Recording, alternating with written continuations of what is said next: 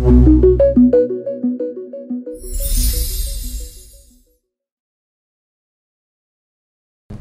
saya merasakan di sini, saya tidak merasakan aura makhluk halus. Tadi ada padahal. Tadi ada. Saya Tadi tidak. kamu lihat di sebelah mana, Ron? Tepat berada di sebelah sampingnya sini, tapi hanya berjarak seperti ini. Sekarang? Sekarang saya ngerasa kayak terbang, saya kayak ngerasa punya sayap dan rasanya lebih lega sih. Saya ngerasa lebih nyaman.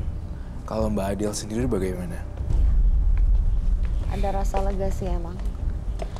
Agak rasa apa ya, susah menerjemahkannya pokoknya. Jangan-jangan selama ini karena Mbak Adele terlalu sibuk nyimpen dendam gini, akhirnya nggak ketemu pasangan yang bisa membahagiakan. Iya, bisa karena jadi. kan pernah dengar nggak sih, 1 pintu tertutup 1000 pintu lain terbuka, ya kan?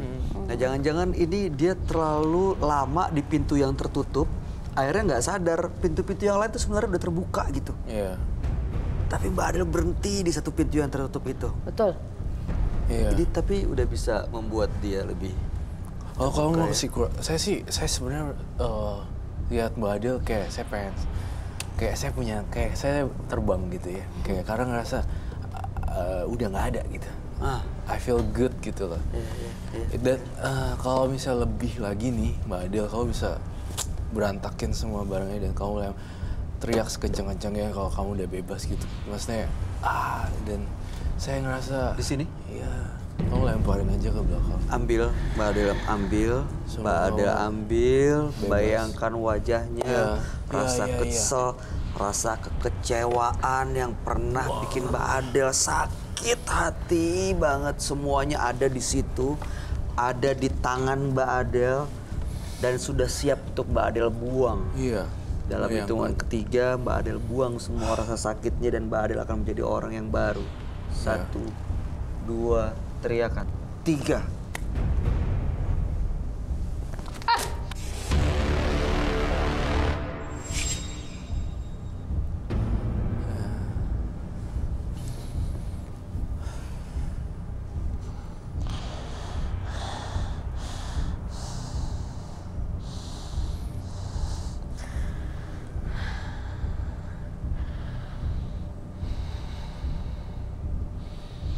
Mbak Adele gimana perasaannya?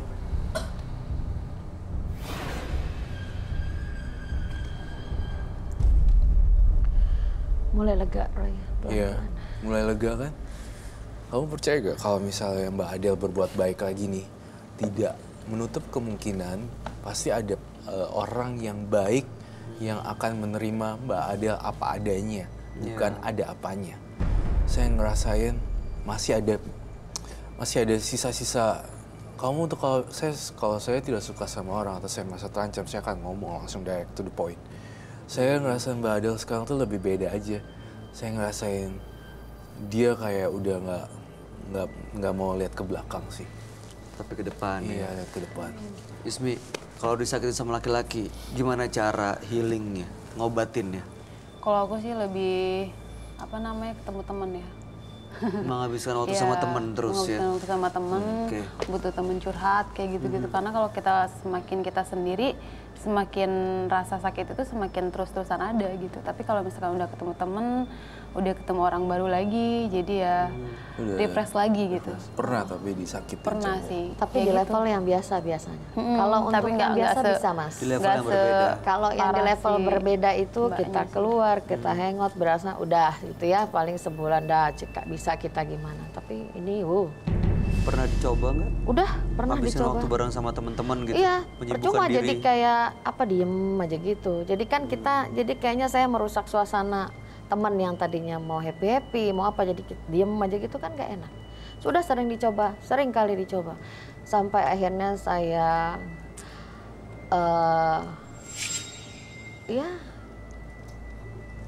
semua apa yang saya kerjain itu maksudnya, usaha apapun itu saya jadi terbengkalai.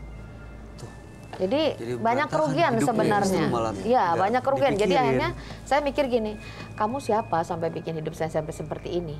Gitu. Saya merasakan kebodohan yang teramat sangat beberapa waktu ini.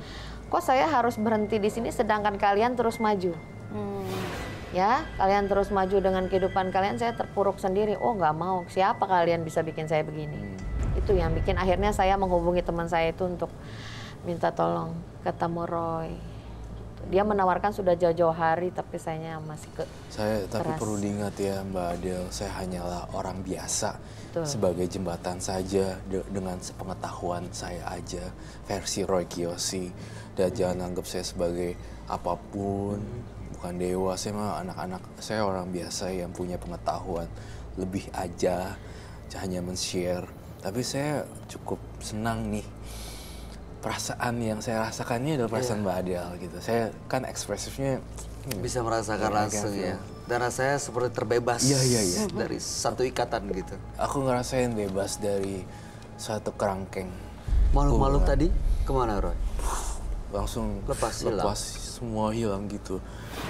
Dan kamu udah janji satu hal sama saya. Kamu nggak boleh nabrakin diri, terjun ke laut, terus minum obat serangga ataupun obat tidur atau apapun, overdosis ya. Nggak mau. Saya nih ya, Roy Kiyoshi, saya sendiri, aku bersyukur deh bisa ketemu Mbak Adele. Paling enggak saya bisa buka pengetahuan orang lain dari sudut pandang yang berbeda gitu. Nggak dari Mbaknya Adele sendiri gitu. Tapi dari sudut pandang Roy Kiyoshi, mungkin dari Ismi dan Bayu Oktara juga. Seperti itu ya. Saya orangnya rame, saya orangnya bawel, tapi untuk menceritakan nggak bisa Mas. Tapi buat saya kalau ke Roy, saya cuma begini, dia sudah mengerti. Buat saya itu. Jadi saya nggak bisa, karena kalau saya bercerita, itu antara bercerita sama air mata, balapan Mas. Kalau ini kan enak nih, jadi saya mempersilahkan untuk, ayo Roy, lihat diri saya, silakan gitu, dan bantu saya. Di situ saya mintanya, gimana caranya tidak usah banyak berbicara, tapi orang itu sudah tahu. Mungkin saya terlalu berlebihan ya, maksudnya seakan-akan menganggap orang itu siapalah gitu. Tapi buat saya, kalau orang yang mempunyai sesuatu yang berbeda dari yang lain, itu kan berarti dia masih pasti bisa gitu. Jadi saya mempersilahkan, silakan Roy. Yang ini yang saya utarakan di sini, tapi yang tidak bisa saya utarakan, Roy juga tahu. Dan itu saya meminta tolong secara tidak langsung. Mulut berbicara, hati pun berbicara, tolong saya Roy. Jadi buat saya itu yang paling yang saya mau Mas. Kalau misalnya saya bercerita sama Mas, atau misalnya sama itu nangis terus akhirnya ceritanya terputus. Nah, tapi kalau begini, Roy silakan. Saya membuka diri. Silakan Roy baca semua. Saya mau tanya nih Mbak Adele. Setelah semuanya udah selesai, semuanya udah buang nih rasa dendam, rasa keselnya, kan bukan tidak mungkin ya satu saat nanti ada orang yang ternyata nggak tepat lagi. Siapa tahu, mudah-mudahan sih jangan sampai. Iya, itu doa saya juga. Mudah-mudahan jangan sampai. Permintaan saya juga. Tapi kita nggak pernah tahu kalau ada orang yang menyakiti hatinya Mbak Adele lagi, apakah mungkin Mbak Adele balik lagi nih ngirim benda-benda ini, makhluk-makhluk ini disaksikan sama semua orang. Iya. Di depan Roy juga. Insya Allah saya tidak akan pernah mau lagi begitu. Benar. Saya sudah, sebelum saya kesini, saya sudah berjanji dengan diri saya sendiri. Udah berjanji dengan diri saya? Iya, saya berjanji dengan diri saya sendiri bahwasannya itu adalah kebodohan.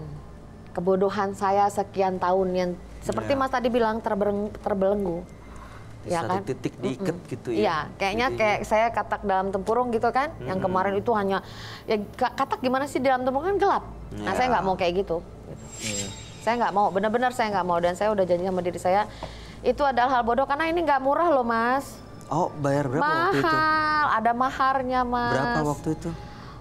Waktu itu. Berapa sampai berapa deh, nggak usah. Ya, ratus sampai juta. Ratusan ribu sampai jutaan rupiah. Iya.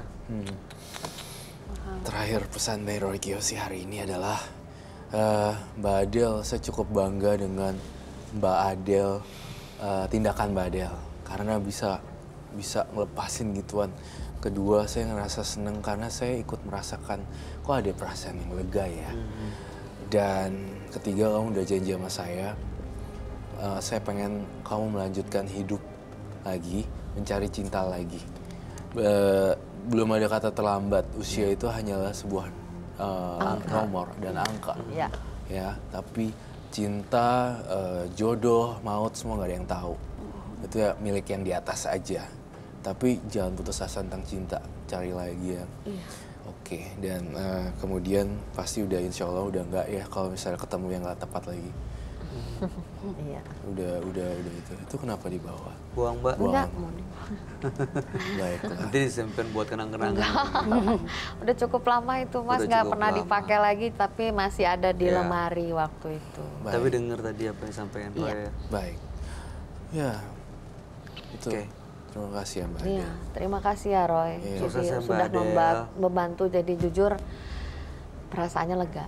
Baik. Mudah-mudahan nanti esok lebih lega lagi dan saya lebih bisa percaya diri karena saya cukup tidak percaya diri dan saya tidak bisa mempercayai laki-laki. Buat saya sepertinya di satu titik itu sama nanti gitu. Percaya Mbak Adel, yang Mbak Adel udah perjuangkan, pertahankan, ini akan indah semua pada waktunya. Lebih baik pada orang yang tepat di waktu yang tepat. Betul. Insya Allah. Boleh saya hug. Makasih ya udah berbagi. Terima kasih ya Mbak Adel. Kamu kasihan, saya nggak tega. Kuat ya.